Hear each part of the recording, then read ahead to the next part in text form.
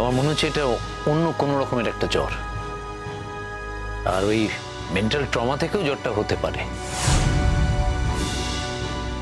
আপনি জানেন ঘরের মধ্যে এখনো একটা নাম বলে যাচ্ছে, আর সেই নামের মানুষটাকে আপনি এখনো এখানে আনলেন না। এখন যান, এবার হসপিটালে নিয়ে যান। হসপিটালে যেরকম ট্রিটমেন্ট হবে তাই হবে, আমার হাতে এখন আর কিছু নেই। কি বলছেন কি ডাক্তারবাবু? আপনি কত ক্রিটিক্যাল কেস ম্যানেজ করেছেন সে তো আমরা জানি। আপনার যে নার্সিং হোম যেখানে আপনি অ্যাটাচ আছেন, সেরকম কোন জায়গায় বলুন যেখানে আপনি ডিরেক্টলি দেখতে পারেন। যদি কোনো হসপিটালের ইনফ্রাস্ট্রাকচার দরকার হতো সেটা। দেখুন, আমি তো বলেছি আপনারা পেশেন্ট পার্টি, আপনারা যদি আমার সাথে কোঅপারেট না করেন তাহলে আমি কিছু করতে পারি না। কি কোঅপারেট করেনি? না, আপনার সঙ্গে কি কোঅপারেট করা হয়নি? শুধুমাত্র রেশমি বলে মেয়েটাকে এনে দেওয়া হয়নি, এটাই তো। দেখুন, কখনো কখনো এই ফ্যাক্টরটা মারাত্মক হয়ে উঠতে পারে, আর সেটা না আনার জন্য যে এটা ভয়াবহ হয়ে উঠতে পারে সেটা আমি আপনাকে বোঝাতে পারিনি। এই যে আমি আপনাকে বোঝাতে পারিনি, এটা আমার ব্যর্থতা। এখন যেভাবেই হোক আমি চাই বাচ্চাটা তাড়াতাড়ি সুস্থ হয়ে উঠুক, আর এর জন্য ওর ইমিডিয়েট ট্রিটমেন্ট দরকার। তার জন্য আপনি তাড়াতাড়ি হসপিটালে নিয়ে যান এবং সেটার ব্যবস্থা করুন। তাহলে ডাক্তারবাবু আপনি বলতে চাইছেন যে রেশমিকে আনলেই ঠিক হয়ে যাবে? মানে কথার কথা, যদি ধরুন রেশমিকে নিয়ে আসা যায় তাহলে ও বিকেল থেকে ঠিক হয়ে যাবে? দেখুন, আমি তো ম্যাজিক জানি না যে বলে দেবো বিকেলের মধ্যে ভালো হয়ে যাবে। আসলে আমি অনেকগুলো পথ হাতড়াচ্ছিলাম, এটাও তার মধ্যে একটা পথ যেটা বাচ্চাটা নিজে দেখিয়ে দিল। সেই পথটা ট্রাই করে দেখা যেতে পারতো, কিন্তু সেটা করতে দিলেন না। এখন কি করে বুঝবো বলুন, সকালে সারবে না বিকেলে সারবে? আর আপনি তো শিওর করে কিছু বলছেন না। শুনুন ডাক্তারবাবু, এই বাচ্চা অসুস্থ, ওকে তো আর আমি মুভ করাতে পারছি না, না হলে ওকে আমি আমার বাড়িতে নিয়ে যেতাম। এটা ইচ্ছে করে নিজেদের ইগোর জন্য একটা বাচ্চাকে মেরে ফেলছে।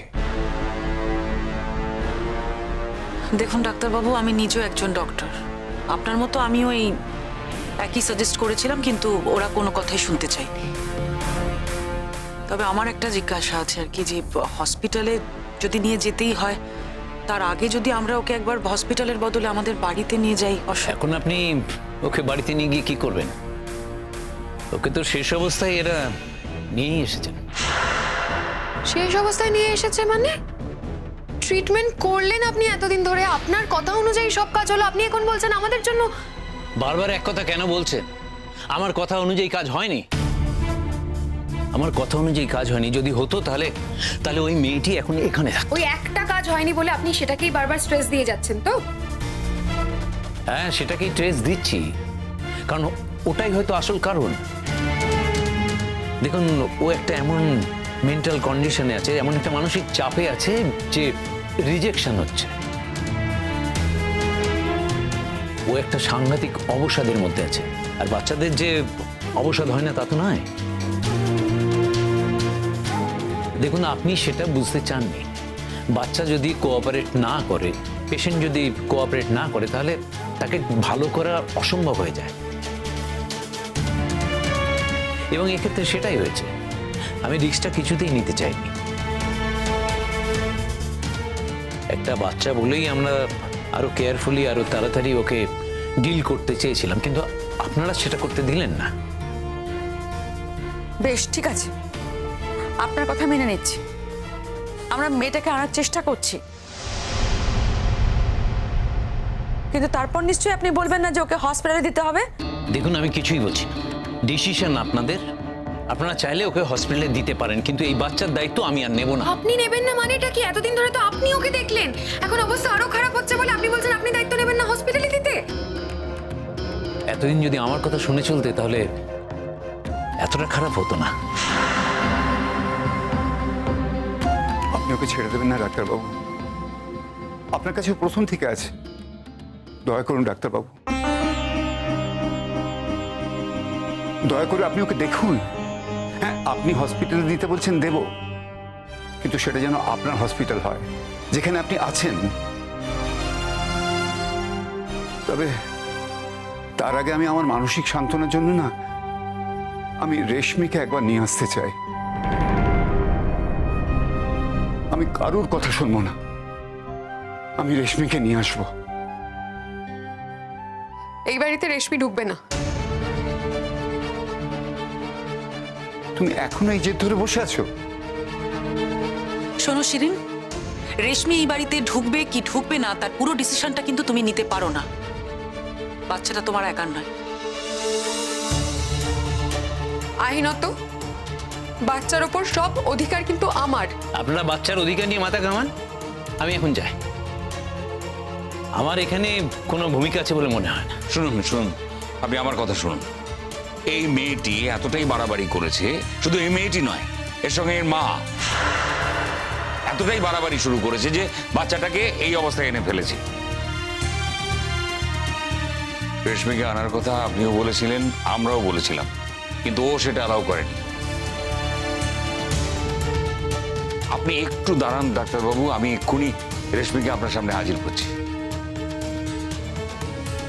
রেশমির মার রেশমিকে ছাড়ার কথা নয়, কিন্তু ও ছাড়বে। আমি ওর সঙ্গে কথা না বলেও বুঝতে পারছি। হ্যাঁ, সে তো ছাড়বেই। ও তো মনে প্রাণে চাইছে কোনো না কোনো ভাবে এই বাড়িতে ঢুকতে। আচ্ছা শিরিন, ওর এই বাড়িতে ঢুকে কি লাভ বলো তো? ও কি অর্থনৈতিকভাবে কোনোভাবে দুর্বল মনে হয়েছে তোমার, নাকি তোমার কাছে টাকা পয়সা চায়, নাকি যাকে নিয়ে তোমাদের লড়াই ছিল সেই মানুষটা বেঁচে আছে? কোনটা শিরিন? আর তার দরকার কি আছে? সেই বেঁচে নেই, কিন্তু তার ছেলে তো বেঁচে আছে। তার জীবনটা শেষ করেছে, এবার তার ছেলের জীবনটা শেষ করবে, এটাই তো বাকি আছে। খবরদার,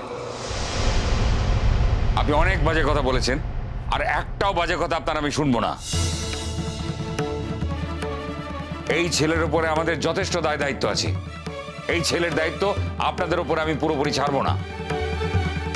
ওর মা হতে পারে, কিন্তু আমরাও তো ওর আত্মীয় স্বজন।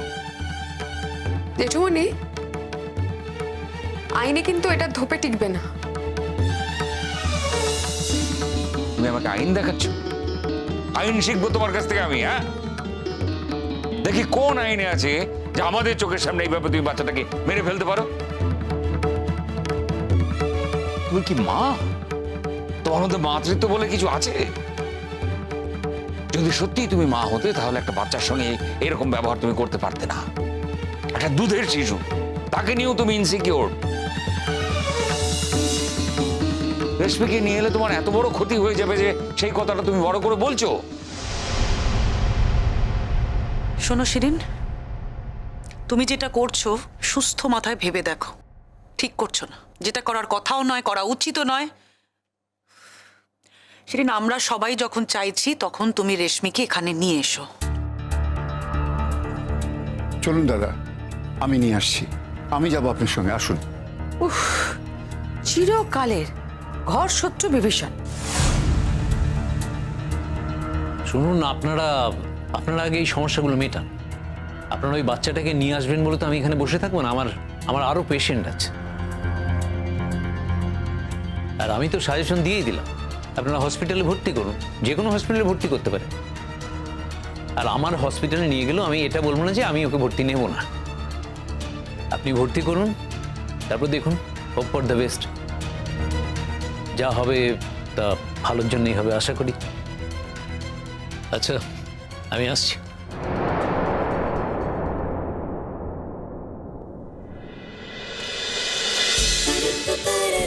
गुड्डी गुड्डी